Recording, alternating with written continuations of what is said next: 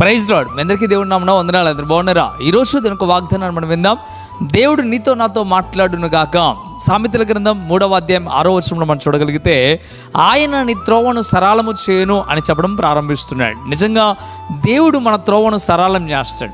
ఎందుకు మన త్రోవను దేవుడు సరళం చేయాల్సి వస్తూ ఉంది, అసలు మన త్రోవ పరిస్థితి ఏ రీతిగా ఉంది అనే విషయాన్ని మనం చూడాలి.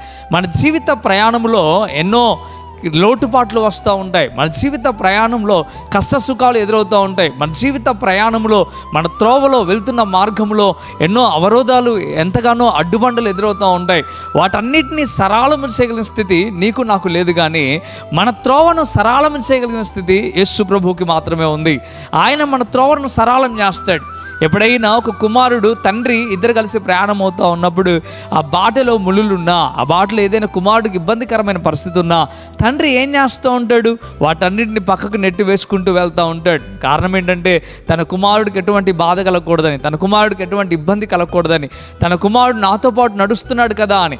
అయితే ఒక మారు మీరు ఆలోచించాలి, దేవుడు నీ యొక్క బాటని సరళము చేయాలి అంటే మరి ఎప్పుడు సరళం చేస్తాడో కూడా నువ్వు తెలుసుకోవాలి. చూడండి, అక్కడే పై వచనంలో రాయబడింది, ఆయన అధికారాన్ని నువ్వు ఒప్పుకుంటే, నీ జీవితంలో ఆయన అధికారాన్ని ఒప్పుకుంటే అప్పుడు ఆయన నీ త్రోవను సరళం చేస్తా అని చెప్పడం ప్రారంభిస్తూ ఉన్నాడు. మన ప్రవక్తన యందు, మన యొక్క క్యారెక్టర్ యందు దేవుని యొక్క అధికారాన్ని ఒప్పుకోవాలి. నా ఇష్టాన్ని కాక దేవుని ఇష్టాన్ని ఎప్పుడైతే నెరవేరుస్తానో అప్పుడు నా జీవితంలో వచ్చే అడ్డుబండ్లన్నింటిని కూడా ఆయన ఎదిరించుకుంటూ ముందుకు నడిపించుకుంటూ వెళ్తాడు.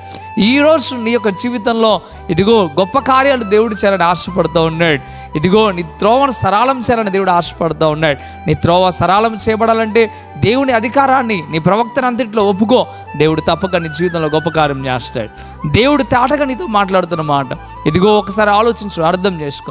ప్రభువు నిన్ను దర్శిస్తూ ఉన్నాడు. ఇది నాన్న, ఇదిగో నీ త్రోవ సరళముగా లేదు.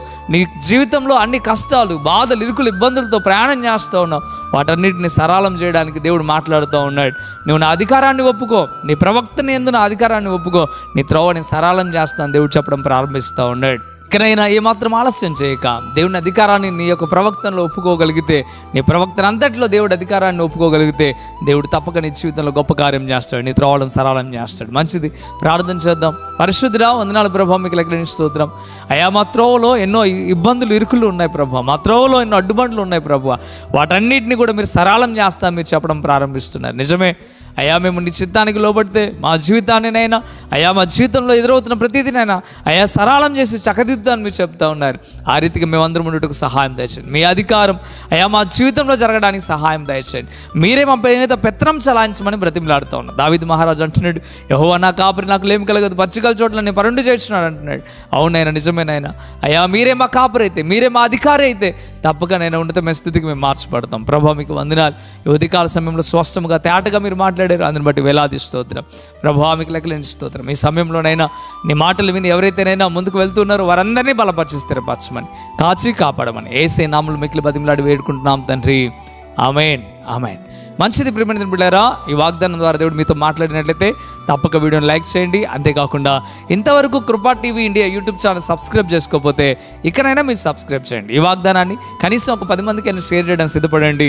తప్పక మీరు సువార్త ప్రకటించిన వారు అవుతారు, ప్రభు దీవెనలు పొందుకుంటారు. ప్రభు మిమ్మలను, మీ కుటుంబాలను దీవించి ఆస్వాదించును గాక. ఆమేన్. God bless you.